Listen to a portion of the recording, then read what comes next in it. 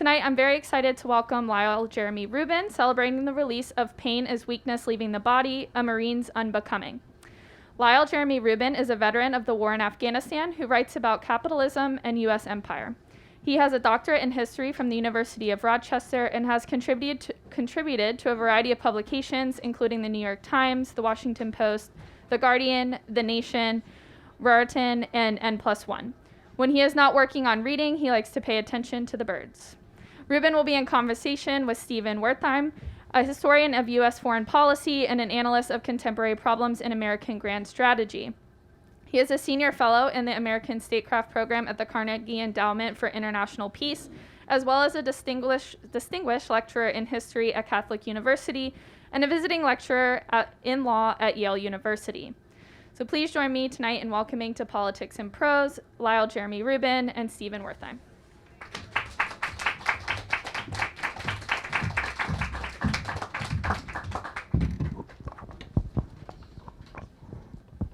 All right, delighted to see everyone. I'm going to get right to it. It's just an absolute pleasure to be in conversation with you, Lyle, about this spectacular book. It's such a personal book and an intellectual book rolled seamlessly into one. And I suspect that you couldn't have written this book too many years prior to when you did. So I'm wondering, first of all, if you'd agree with that, but if you could tell us what prompted you to start writing this book? So for a long time, I actually told myself I never really wanted to. Well, first of all, I want to thank everyone who came out for this. I know that it's difficult to make it to events these days or any days, so I really do appreciate it. And I want to thank everyone who helped organize the event and Politics in Prose. So yeah, I had no interest really in, I'd taken a lot of notes throughout my military experience, and I think for a while I figured I would eventually use it. But when I came back from Afghanistan and when I got out of the Marine Corps, I kind of wanted to do something else. I wanted to kind of get away from my military experience for a time. And I guess in the back of my mind, I always thought like I would eventually maybe return, write, an extended piece about my military experience. And I did write a lot of political pieces that connected my military experience to political arguments and worldviews that I was slowly adopting through the years. But it really wasn't until a few years ago that I wrote a piece for N+1 magazine. And I honestly forget the exact circumstances surrounding it, but I guess I was starting to feel more of a need to write in a more extended fashion about my actual experience as opposed to just the politics surrounding it. I wrote that piece, and unexpectedly I got a lot of attention for that piece, and a lot of people saying, hey, you should turn this into a book. And by that time, I don't know, I felt like I was just ready to really, devote myself to that kind of project. Okay, so you go about writing the book, and you have the opportunity to write a war memoir. There's a genre here, right, with a certain structure that culminates in going off to battle. And it's all there in the book, in a sense, but I think this is a book that also subverts, maybe even defies that genre. Could you talk about whether that's true and in what ways you were trying to play with the genre of the war memoir?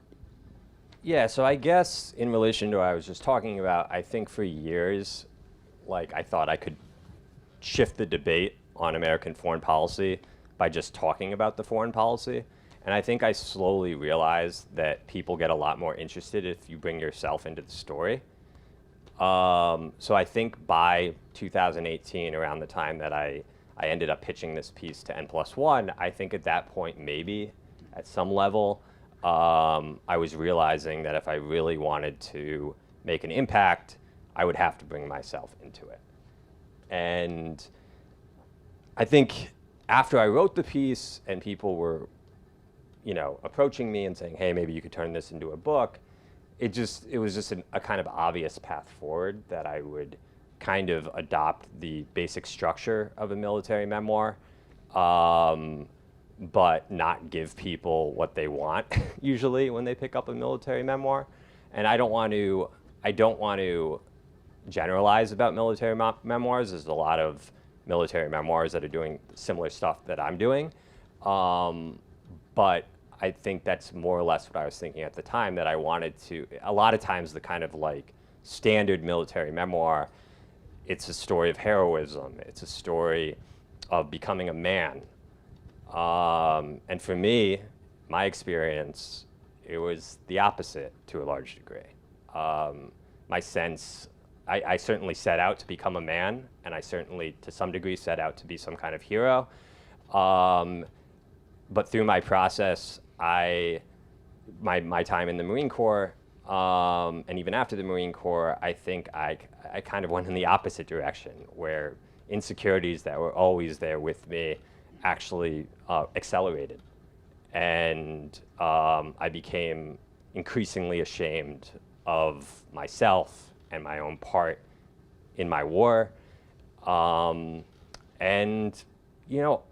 will say that during the past 10 years or so, and even while I was in the Marine Corps, I had a lot of amazing conversations with a lot of fellow Marines. And I guess it became increasingly clear to me that there was a space here to voice a lot of feelings and experiences that a lot of folks have in the military, and even outside the military.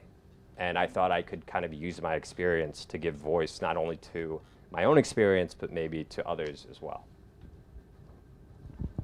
I think one way that your book subverts the military memoir is that, yes, you do go off to battle in Afghanistan, but that's really not the climax in my reading. It's the climax that isn't. And I want to get you to comment on a passage of the book that really struck me. I'll indulge myself and read it. You say, in the military, one is conditioned to slowly indulge in, rather than restrain or check, wanton passions or acts of violence. This is the big secret of modern imperialist warfare and the training that goes into it. To be fashioned into an armed agent of empire is to be a frog being cooked in gradually warming water. And going to war represents just one pivotal stage of that process. Much of this training happens before and after one's formal uniformed service. Just as much of it happens without any service experience at all. So please comment however you like, but I'll ask, tell us about your time as a frog being cooked gradually in gradually warming water, and what the experience of actually going, in your case, to Afghanistan, what that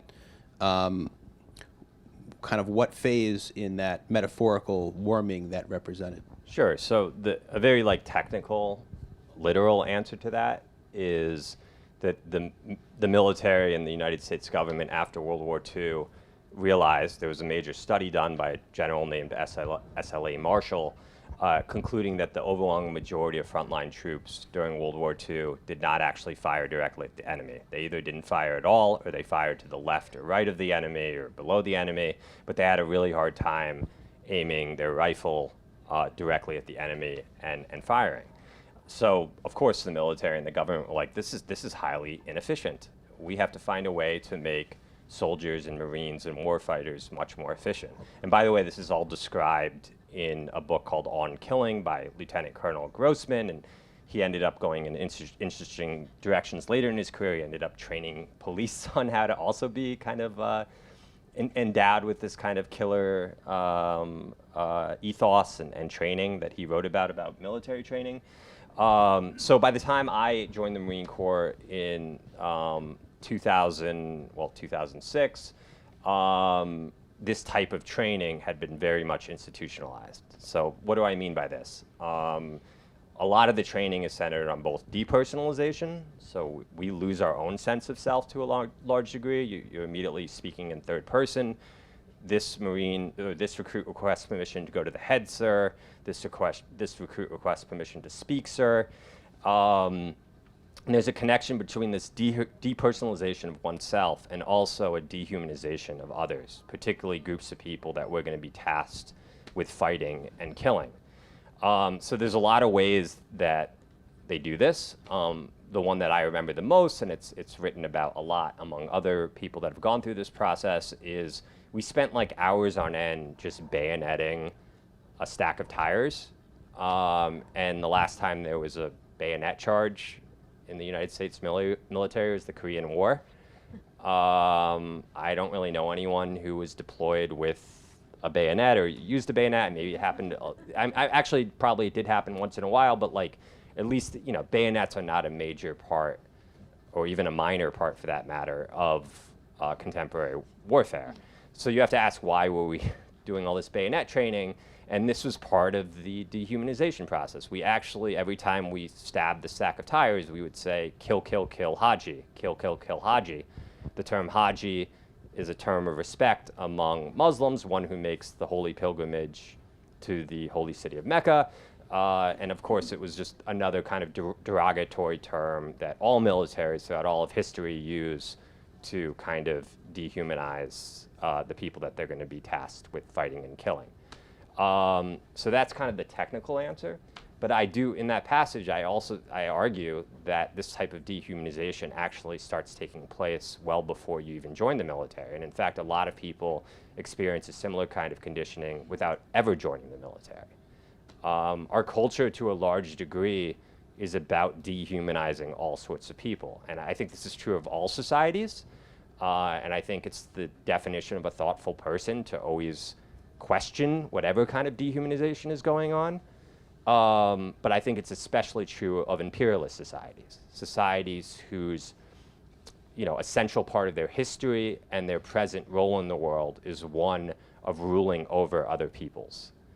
And the United States, in all sorts of ways, is basically a continuation of a European imperialist tradition. The British after World War II basically passed off the baton to the United States, and we took over. And that has consequences. It has all sorts of consequences, and I would argue a lot of the instability that we're facing today is related to this baton passing of an imperialist tradition that ultimately ends up rotting out the very society it's set up to enrich. When did you reach that conclusion about the United States? So, one of the things that I kind of realized through writing the book is that a lot of this stuff that I ended up intellectualizing later in my life, I was feeling. Like when I first went to officer candidate school the first time and I didn't make it through, I got washed out, like right off the bat. I mean, I didn't come from a military family, but my grandfather was a Marine, fought during World War II in the Pacific. He got shot in the head at Iwo Jima. He was always a huge hero. He survived somehow and raised a family and started a business, but he was always a hero of mine.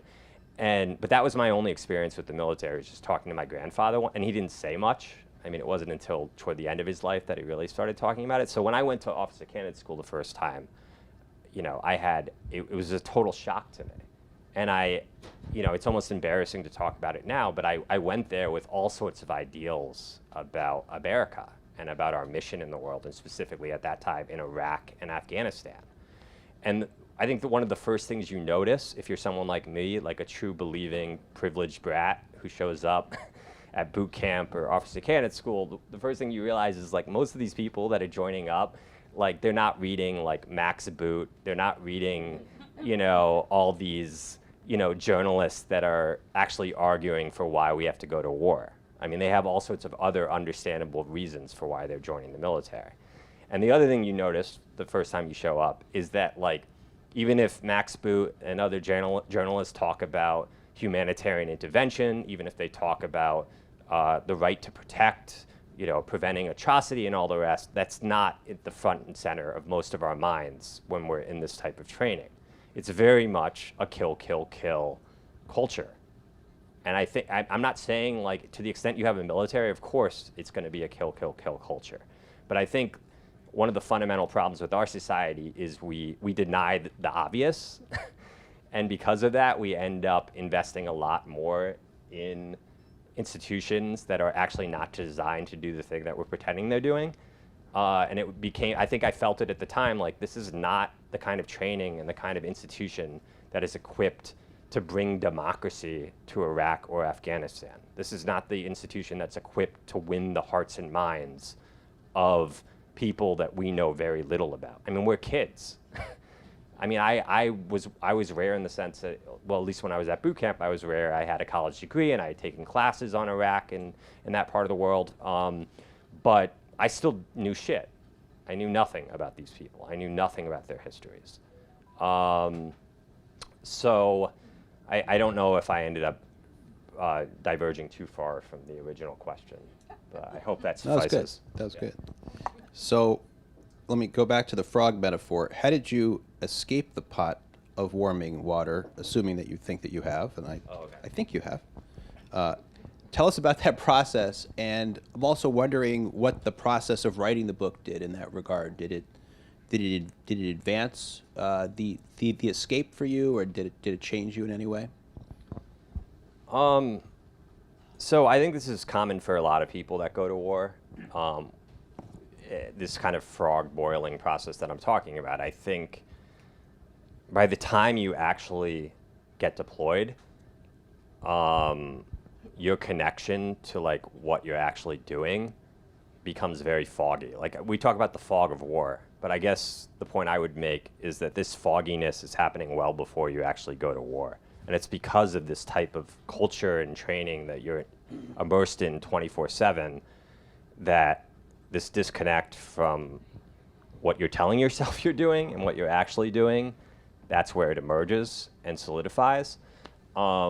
So I think for me, like a lot of other people, I went to Afghanistan and I was still telling myself at that point, even though I was feeling something very different, I was still telling myself, you know, we are doing counterinsurgency. I remember, like, doing all sorts of trainings with my Marines, a lot of times against their own wishes, about counterinsurgency and winning hearts and minds and all the rest.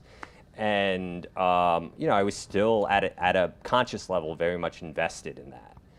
And when I went to Afghanistan, at the time, I still told myself this is what I'm invested in.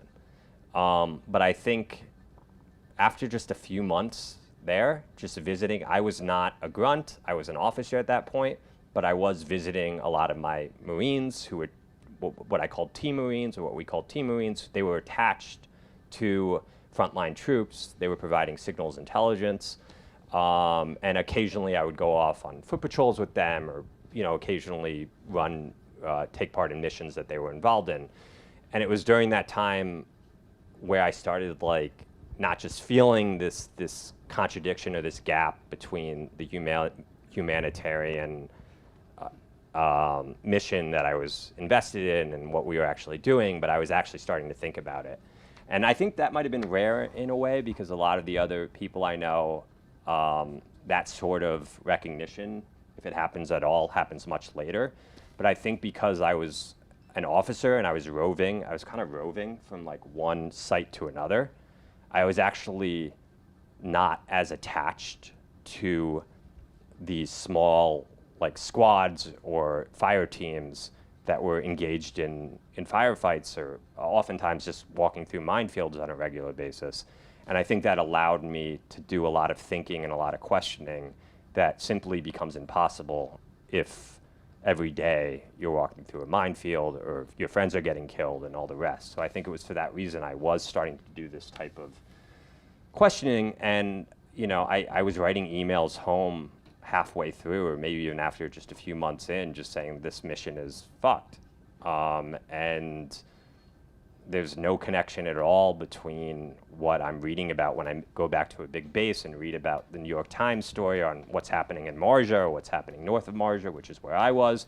There's no connection at all between the narratives that they're pushing and what's actually happening. You know, they were still a lot of the reporters and journalists were still talking about, in 2010, you had General McChrystal, I believe, or I think it was actually another general, but one of them said, this is the time we're going to bring democracy in a box to Afghanistan. And then I'm visiting these, small remote outposts, and there's no democracy delivering that's going on. It's very much policing these populations that clearly have no interest in working with us at this point. And just the profound violence that comes from that type of relationship between an occupying power and the people that are actually living there. So this is apparent to you pretty quickly. It was, I think, apparent to a lot of senior officers, commanders, senior civilian leadership too, especially given what we know from the Afghanistan papers. Yes. So what do you make of that? And, why did it take so long for something like a more accurate understanding of the U.S. war effort to actually break through some of our media and politics? This is something I really kind of stumbled upon when I was writing the book, but there's all sorts of both institutional and personal and interpersonal reasons to lie to yourself in situations like this. Part of it is somewhat admirable. I think when I asked myself why I didn't become some kind of whistleblower, or, part of it was I was never certain what I was actually hearing, because you hear all sorts of things, you see all sorts of things, and it's very hard a lot of times to figure out whether there's a rational a justification for it or not. But I think the major reason that that I kind of just kept going is I had all these Marines that were under me that I cared about, and they respected me and trusted me to take care of them. And I think if you're at all an officer that wants to be a good officer, you want to protect them and you want to motivate them.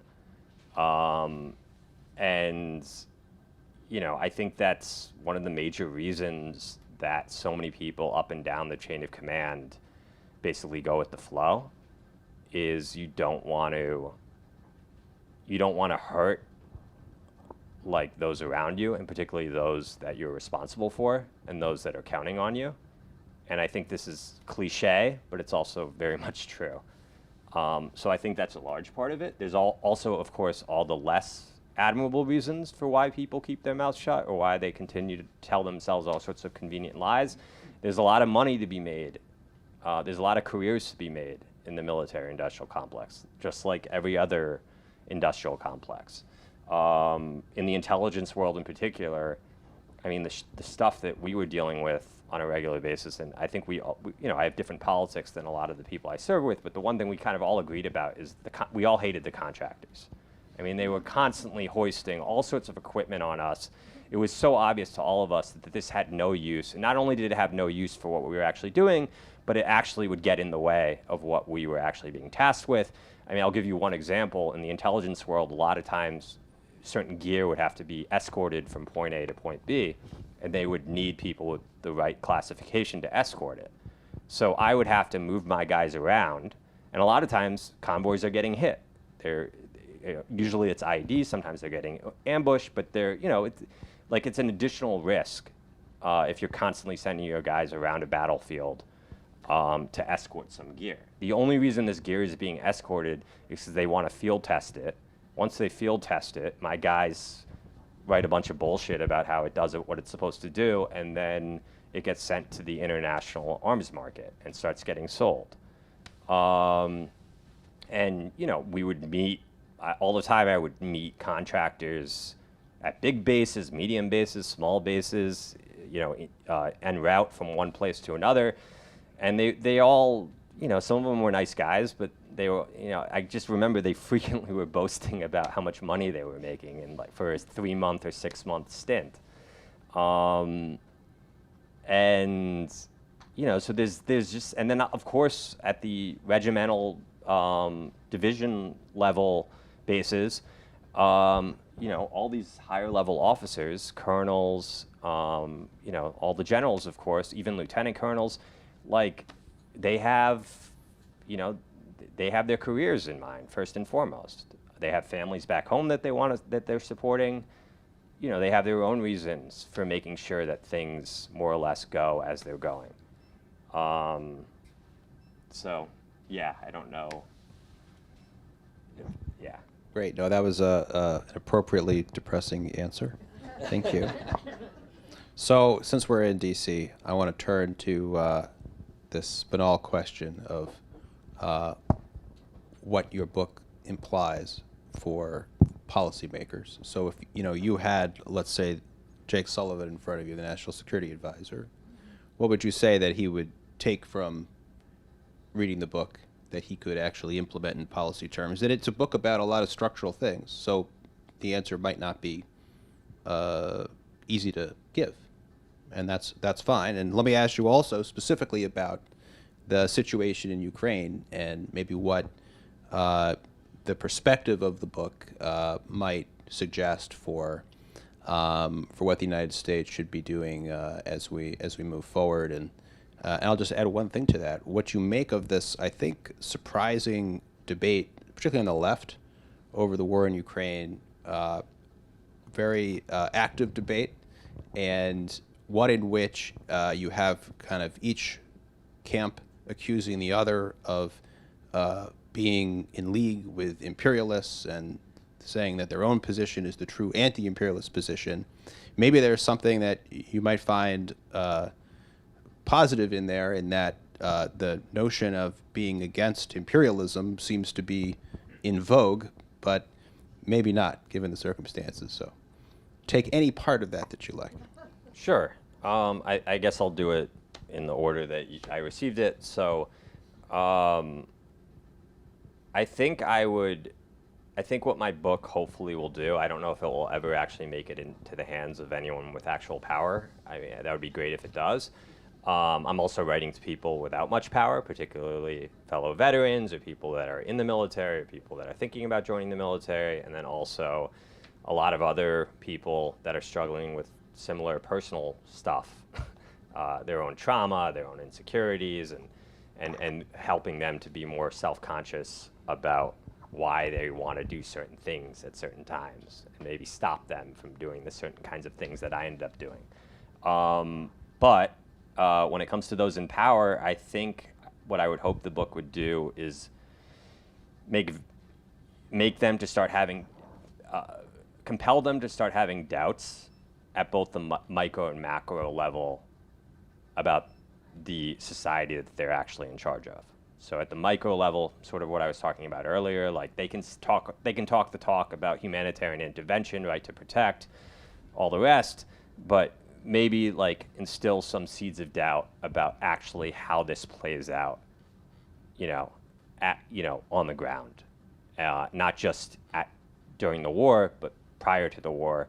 Who are the kinds of people that you're bringing into these missions? Where are they coming from? What kinds of struggles are they dealing with? And is this really a viable mission, given all this micro stuff that I write about, is going on? And then at the macro level, what I would love for more policymakers in the United States to reckon with is the fact that the United States is an empire, and that it therefore is burdened by many of the blind spots and many of the horrors. And I want to emphasize horrors because we often talk about blind spots or strategic errors, but we rarely talk about the moral horror of American foreign policy, or at least at the highest reaches of power we don't.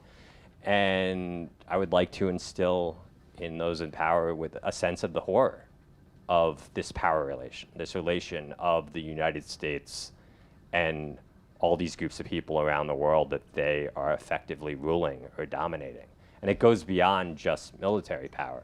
Ultimately, the military power is serving a broader economic system, where those in the global north, those in the United States, and those in Europe, and those in other allied countries, and mostly rich countries, are effectively exploiting those in the global south. And this is such a fundamental fact of the US's position in the world. And yet, I think it's for that very reason, the fact that it's so fundamental, that it's ignored, because it's too hard for both those in power and even most Americans to really confront, because it's, like I said, there's all sorts of horror that comes with that power relation. We actually saw it during COVID. For any of you who are following the inequalities and imbalances between, where vaccines were going and where they weren't going. If you look at the overall death tolls, so that's just a recent example of what happens with this type of very undemocratic, unequal global power relation that the military is serving. All right, so let me ask you about Ukraine and how you look at that situation where, on the one hand, you see the United States as an empire. On the other hand, it seems clear that Ukraine is the victim, and one would want to support itself against a war of aggression, which in this case is coming from Russia. So, how do you see the situation? So, just at a very basic level, given my own experience playing the role of occupier, I stand in solidarity with any population that's being invaded and occupied. So for me, it's actually very simple in that sense, that this is a country that is enduring a war of aggression. It's suffering a war of aggression. And I stand with them, and I can't just do that rhetorically. They need arms, so I support arming the Ukrainians. I want to make that clear from the beginning. That said, I think that there's a major kind of misconception about the situation that we're actually facing right now. So the way it's kind of been popularized in the mainstream media is, ironically in a way, the United States are now playing the role of the heroic anti-imperialist, and the Russians are imperialists. And then elements of the left are reacting against this mainstream discourse by saying, no, it's the other way around.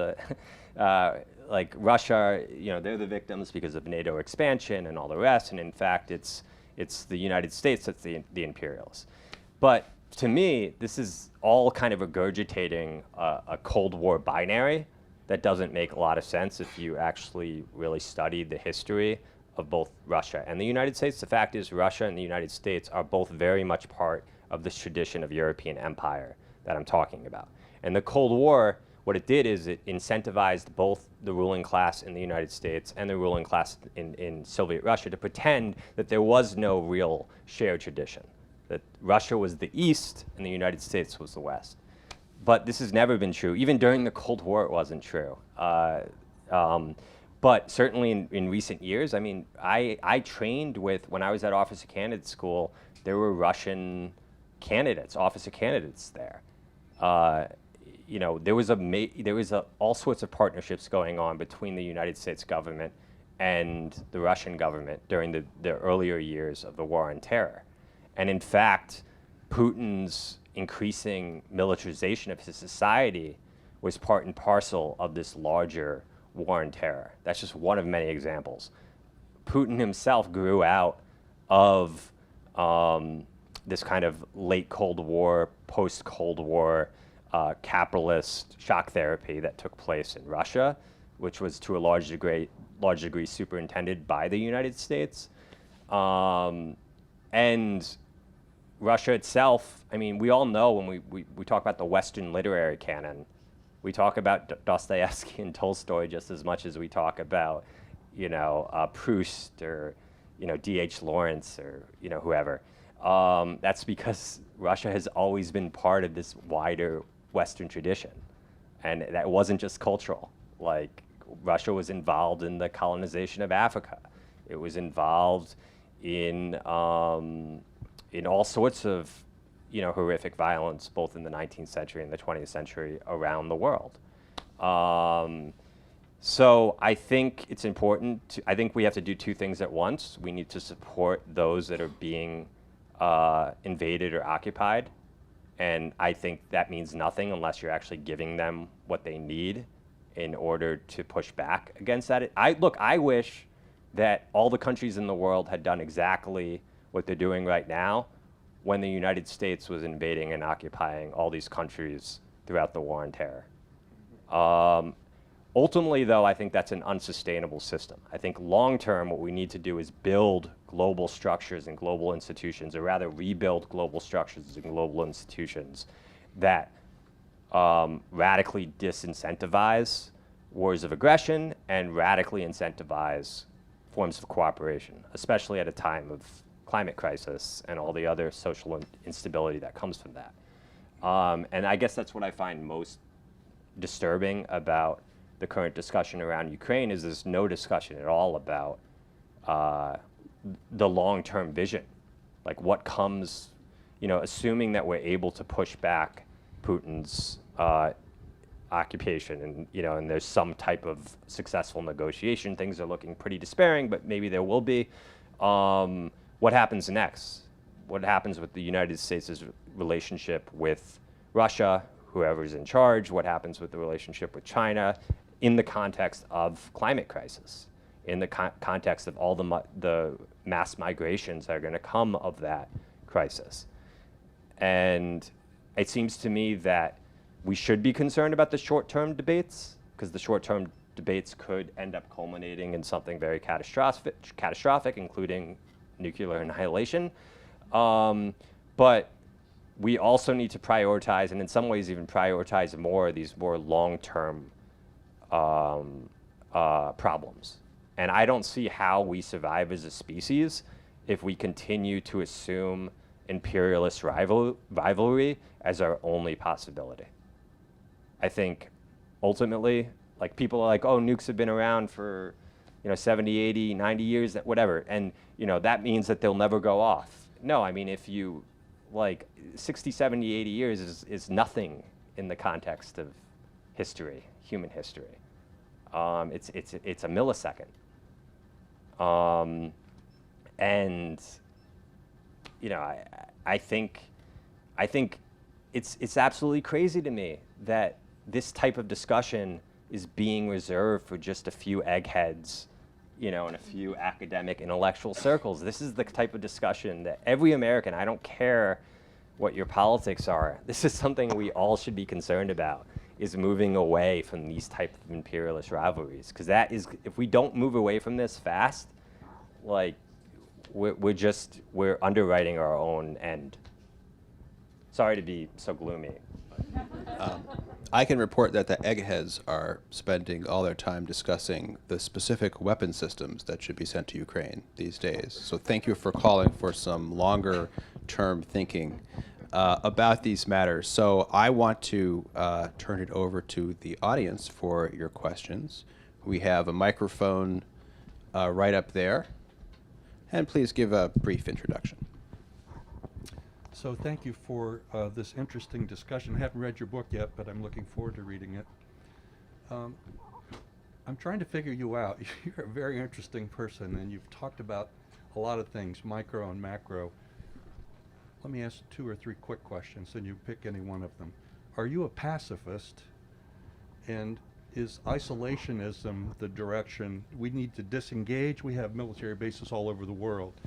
We're confronting a rising China, who knows, Taiwan, whatever. So if you were in charge of our military, what would you do? Yeah, no, I think that's the million-dollar question. And well, first of all, I'm not a pacifist. I think there are times where people need to defend themselves.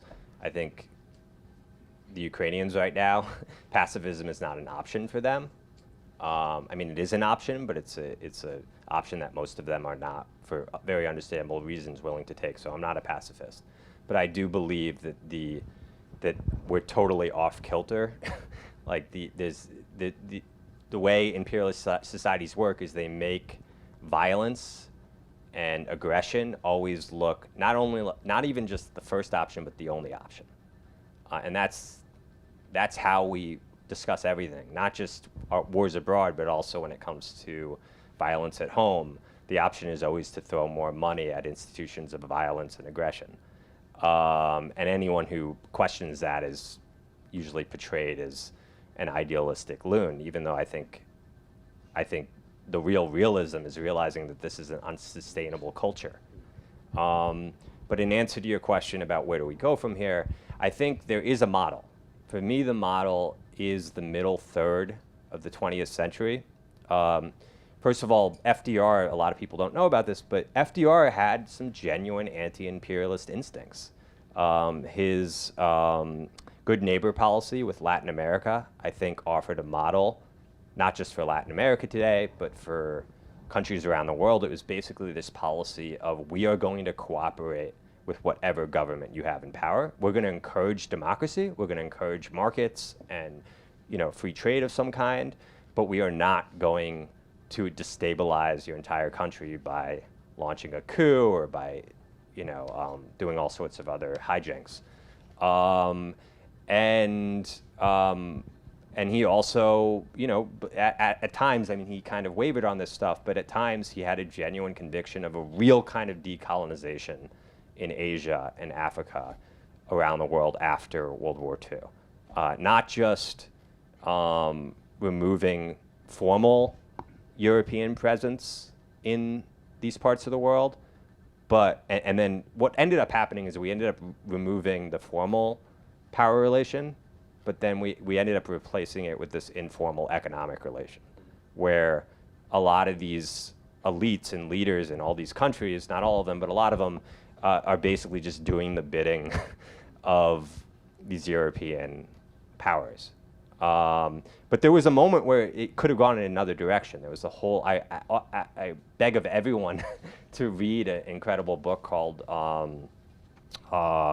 World Making After Empire by Adam Getachew, which is all about this group of anti-colonialist leaders in Latin America, in the Caribbean, and specifically in Africa, who offered what they called a new international economic order. It was part of the non-aligned movement, so all these countries that refused to stand either with the United States or Russia during the Cold War were all proposing a new world, which in which the wealth and power imbalances between the North and the South could finally be addressed. And this part of this was democratizing the United Nations, so you no longer had just the Security Council of the great powers, democratizing the way that the actual General Assembly works. But a lot of it actually also had to do with economic institutions, the IMF, the World Bank, even like the Federal Reserve, which controls the world's reserve currency. And they argued, I think rightly, that a lot of the violence that takes place in the world is a result of these wealth and power imbalances. And if we can get at that root and start confronting that, and they did a lot of good work, but they also, it was the beginning of a project. They also made a lot of missteps. But there are a lot of good scholars today that are trying to really bear out their own vision in very kind of granular ways. And I think that's where we need to start moving. Yeah. Yeah, hi. I understand that the name of the bookstore starts with politics, and that's what we've been emphasizing here, politics, history. But as a psychiatrist, when I saw the title of your book, I was blown away. Pain is weakness leaving the body is a very psychological dimension is implied, not anything political. Pain keeps us away from doing things that we're not supposed to do. So pain, if there's a hot plate there, I don't touch the hot plate because I'm going to experience pain.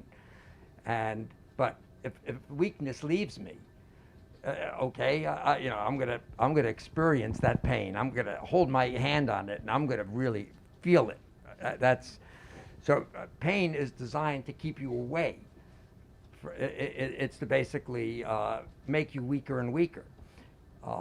So where did you get that title? That title is literally, when I saw it, I was ready to pick up the book, even though I didn't know a damn thing about the book, and I didn't know it was your book. That's funny. So it just, I mean, I grew up in a generation. We used to have posters on our walls all the time. So we used to have sayings that we wanted to live by in psychedelic posters. And that would have been a poster I would have had on my wall. You know, pain is weakness leaving the body. I mean, that is what pain is. And when you talk, you know, as a psychiatrist, I will tell you, when we talk about PTSD in therapy, there's actually, most people talk about a pain body.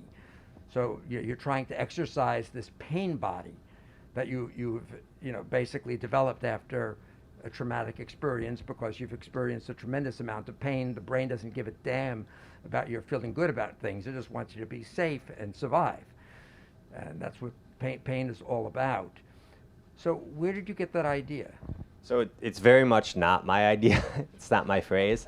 So when I was in the Marine Corps, we were all told, or at least I was told, that it was Chesty Puller, who's kind of legendary, kind of the greatest Marine that ever lived. And actually, his son actually was friends with my uncle at William and Mary College before his son got sent off to Vietnam. And very tragic story there. But so that's what I was always told. I found out later that no one really knows. I mean, it seems like Chesty Puller probably played a role in popularizing the phrase, but there's debates about where it actually came from. But in any case, it's interesting. It kind of goes against what you're saying. I mean, in the military, pain isn't something to avoid. It's very much something to embrace. You know, pain is what makes you stronger, basically. It's through enduring pain that you become a man. It's through giving pain that you become a man. And what I'm writing about throughout the book is that this is not unique to the military, that this is very central to our culture. From the very beginning. From the very beginning. And I'm not saying, don't get me wrong, like I think like there's all sorts of ways in which pain is something you do need to pass through to become stronger. Right. But the problem is that the kind of pain that we're passing through and the kind of strength that we are ultimately ending up with is in my mind, not only a violent and horrific kind of pain and strength, but it's also one that ends up being self-defeating. Right. It ends up both hurting us as individuals and it ends up hurting our society as a whole. Yep. Okay. You know, I want to speak as a New Yorker. I saw the Twin Towers go up, and later, not being a New Yorker anymore, I saw them go down. And how the hell were we going to stop people flying planes into our skyscrapers if we didn't really address it in a military manner? Was there any other way to do it? Look, I grew up as a pacifist, as a anti-war sort of person, but I was ready. I would have picked up arms myself, after I saw that go down. I thought the idea of people flying planes into skyscrapers, that had to stop. Yeah, so I was 2 weeks into my first year of college when the towers fell, and I've got a lot of family in New York and people I love very much, friends in New York. I remember calling all of them. I actually saw the second tower fall from this big white screen, and that was one of the reasons I ended up joining up was 9/11. Sure. And thank you for your service for that. Thank you. Yeah. But and for the book. Yeah, no, I appreciate it. Yeah. But I think in retrospect, among people that really paid attention to the war in Afghanistan and the war in Iraq, I think there was better ways to address that. And well, for starters, I mean, there's a very important book that came out by the journalist Anand Gopal called No Good Men Among the Living. He lived in Afghanistan for many years, and he actually spent a lot of time with with Taliban fighters and other insurgent fighters, along with a number of civilians that were caught up in the violence. And he makes a very compelling case that when the United States first occupied the country, the overwhelming majority of the Afghans, including a lot of the Talibs, were willing to work with the United States at this point. And what happened was George W. Bush wanted terrorists. He literally told the military brass, "I want terrorists." if you're not giving me terrorists, then we are not completing the mission. Well, So what he that's did, part of demonizing. That was the whole demonizing. well, it's part of the whole narrative that Right. we just got, thousands of our own people just got killed. We need to get the terrorists. So, Right. so what happened is he told the military brass, we need to give me terrorists, basically. So they went to the special forces.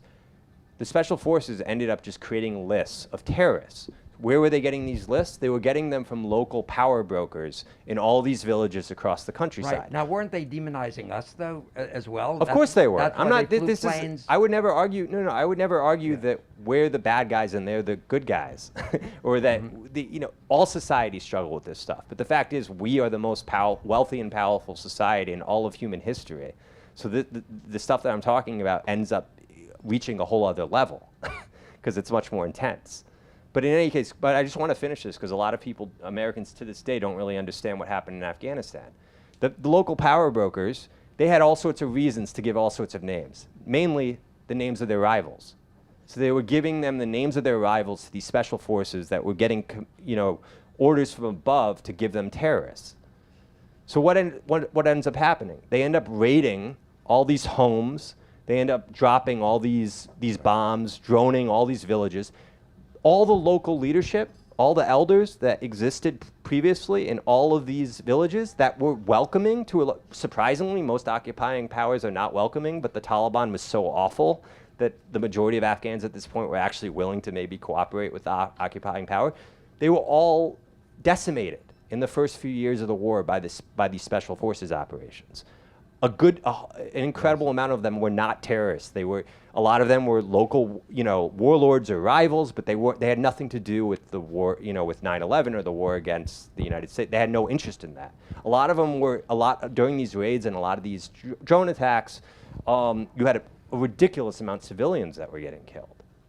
So Gopal argues very compellingly, by 2006 we had already lost the war. The entire countryside was against us at that point. They were not willing to work with it. It doesn't mean that they were pro-Talib, but they no longer trusted the United States.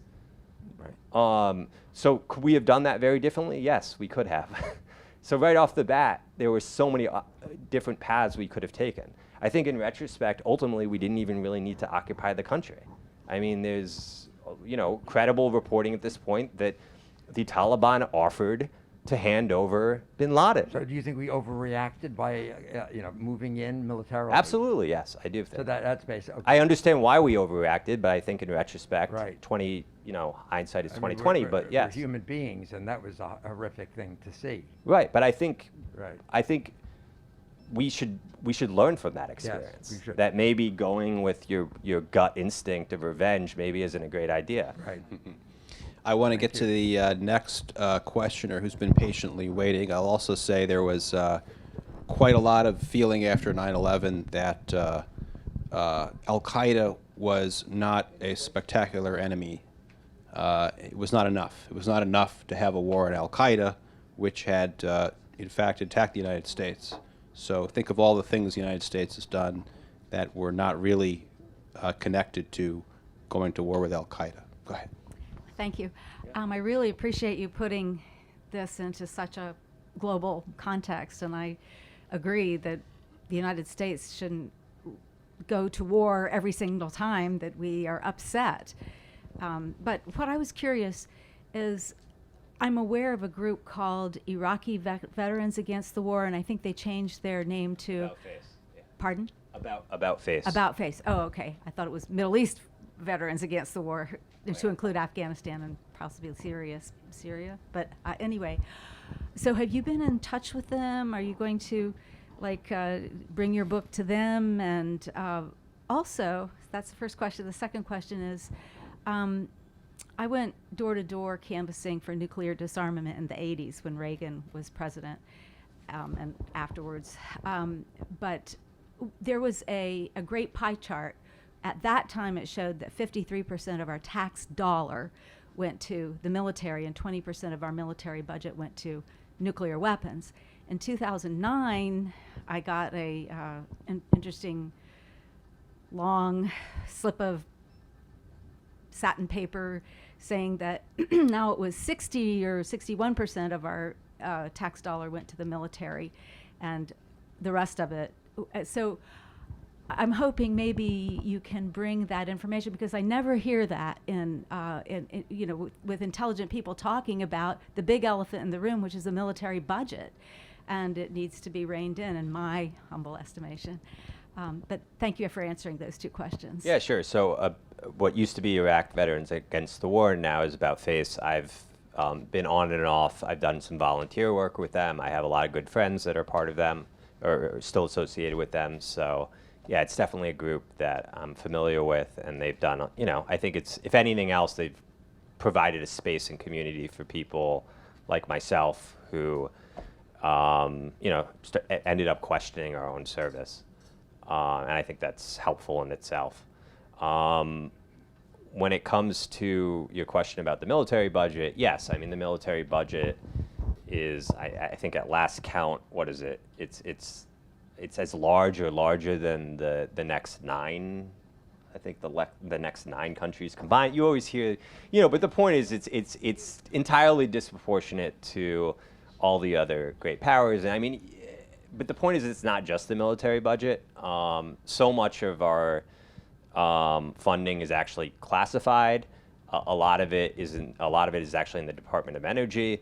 A lot of what I would consider part of like imperial maintenance is actually not for operations abroad, but is actually domestic policing. This is part of the kind of black freedom struggle critique of the United States and the United States empire, is that there are internal colonies. Like, I live in Baltimore. Baltimore in a lot of places is like a war zone, unfortunately, and in the sense that it's over-policed, and a lot of the gear they're using is very similar to the gear I used and my guys used. And in the they're using a lot of the intelligence equipment that I was using then, that at the time was very much kind of cutting edge military technology. It's now being used by precincts around the world. So I think it's important not just to look at the military budget, but to look at all the spending that in one way or another is devoted to the violent policing and enforcement of a highly unequal and unjust status quo. And that's a big part of American spending. And unfortunately, a big part of spending in a lot of governments around the world, particularly, allied governments and proxy governments. There's this term that originated in the CIA called blowback, that there is consequences to this type of policing, that people are not totally agentless, that they end up resisting, they end up fighting back. And I'm not saying the way that they resist or the way that they fight back is always pretty or can always be defended, but this is just the nature of things, that if you police a population, they're eventually going to revolt. And you see that in the United States, and you see that around the world. And it's created a lot of problems. And I'm worried about it just getting worse through the years. If we don't confront this, we're going to see a lot, especially, again, with climate crisis, the kind of migrations we're going to see, the kind of instability. It's going to be this negative feedback loop of the answer to every violent resistance or violent reaction to this kind of policing Is more violence. is going to be, yeah. Yeah. So do you have any insight into what a grassroots type person can do to make peace, other than to smile and to be friendly? And do you have that insight in 15 to 30 seconds? Sorry, say again one more time. Yeah. Do you have any insight in how somebody who's a grassroots type of person can make peace? I mean, there are all these peace groups and environmental groups, and maybe the current administration, Joe Biden's administration, is doing something, but we don't know about the next administration, what that might look like. Or what can anybody do to make peace? I don't know. Do you have an answer to that question? I mean, unfortunately, I'm not very hopeful right now. But I think things are so dire now that, I'm still very invested in like social movements and activism and organizing, but at this point, like, the government just needs to be put in the hands of people that are at least like trying to move away away from these types of dynamics that I'm talking about. And there are elements of the current administration that I think are somewhat interested in this, but I don't see a lot of it. And there are a lot of elements within this administration, like all other elements, that are doubling down on all the stuff I'm talking about. I mean, we were talking about this earlier, but like when it comes to the relationship with China, there's a lot of people in the government who want to escalate all sorts of, relationships with China, not just Russia, but China, which is a much, bigger economy, much more, much more of a great power. And I guess, like, in answer to your question, like, we should devote as much time to pushing back against that instinct. Thank you. Yeah. Thank you. Terrific. Vote. And Congress has a lot of power in foreign policy, and Congress actually does respond to people who contact their members.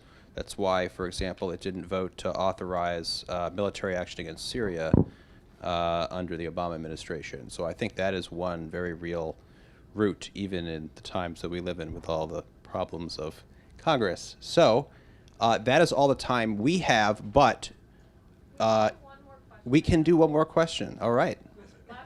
Terrific. Thank you very much. I'll be brief. Thank you. I know we've been talking about a lot of things on the very macro scale here tonight, and before I dive into my question, I do want to thank you very much for coming out. Myself and my colleague, we're both active duty at Fort Myer right now in the U.S. Army, and like I say, I think you have a lot of insights that we can learn from. One question that I want to ask you specifically is that your background and mine seem to be very similar in that I also have a degree before I enlisted in the Army, and specifically when it comes to military service, my politics have shifted substantially, to put it lightly, since joining the service, in what I feel is probably a very similar way to the way that yours have. I was wondering, when it comes to leadership in particular, there are a lot of people, specifically on the enlisted side, they are the types that love to stab the tires and scream death to the Hajis, and that's about as far as their intellectual exercise goes. So I wanted to ask you, in your experience, how can you more or less maintain your sanity? How can you stay intellectually sharp when, for example, I have a degree just like you had a degree, and my team leader and my squad leader, my platoon sergeant, they're all high school dropouts, and I don't want to look down on them because of that, but nonetheless, I feel like you probably encountered a little bit of the same struggle, and any advice that you could give to an active duty service member with 3 years left to stay intellectually sharp would be greatly appreciated. Yeah, no, I really appreciate your question, and I appreciate you coming out tonight, especially as an active duty, and all of you, I can kind of tell who's part of the same group. Yeah.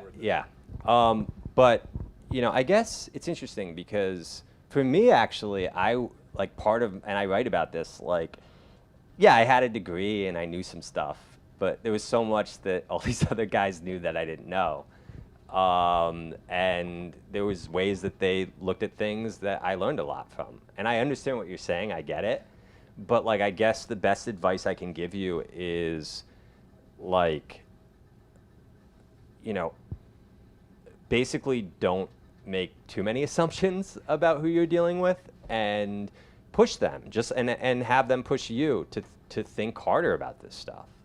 I think the greatest joy for me throughout my life, especially in the process of writing this book and the reaction from the book from veteran friends of mine, is a lot of them, I was terrified that the way they were going to react even before I wrote this book, just writing articles through the years. I was terrified of the way they would react, and I've been pleasantly surprised for the most part the way that a lot of them have reacted. Don't get me wrong, there has been some unfortunate reactions, but overall, I've been surprised. And I think what it took is me taking that risk in speaking up and having trust and faith in people that are very different than me and see the world very differently to at least give me a hearing. And obviously at a very practical level, find those people that you connect with and invest in those relationships, but also you know, take a leap of faith with a lot of these guys. That's the perfect place to end. So thank you so much for sharing your insight in person for us and in the book. The book is right here. You're going to stick around and continue to answer questions and sign the book. Thank you so much.